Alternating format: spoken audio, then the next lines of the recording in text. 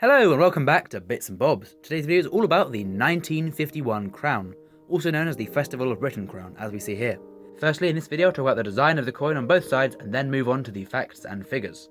So the coin was released in 1951, as the date says at the bottom, to commemorate the Festival of Britain happening that year. To mark the occasion, the crown was released once again featuring the design of Benedetto Pesciussi's George Slaying the Dragon, a classic design released many years ago, first in 1817 on the sovereigns and brought in on the crown in 1887.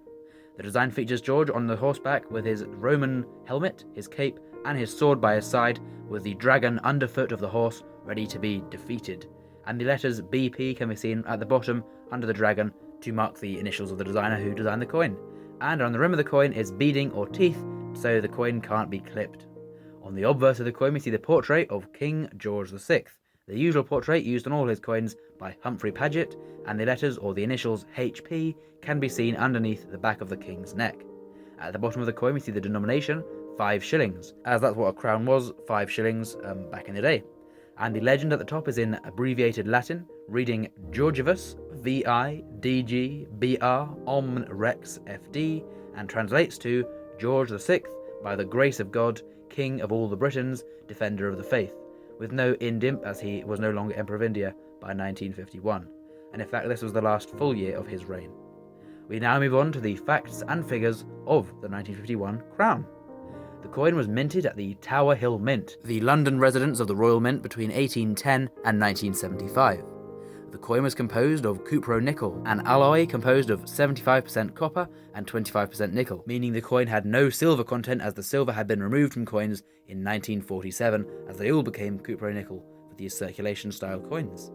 The weight of the coin was 28.28 grams, the same weight as all other crowns since 1817, and the diameter was also the same as the 1817 and onwards ones at 38.61 millimeters, with a thickness of 3 millimeters, making it overall a very big coin and the largest circulating coin. The mintage of this coin isn't very high, with only 2,003,540 being struck back in 1951.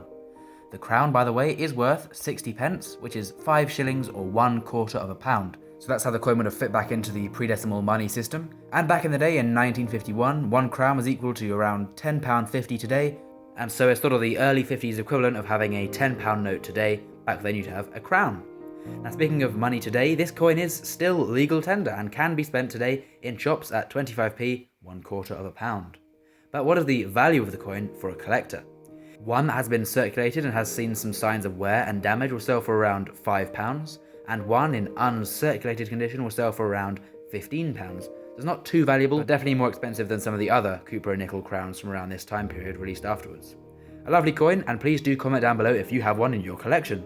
And while you're down there commenting, of course, please do subscribe. It is free to do and we really appreciate it. So thank you very much for watching, and we'll see you soon on Bits and Bobs. Bye!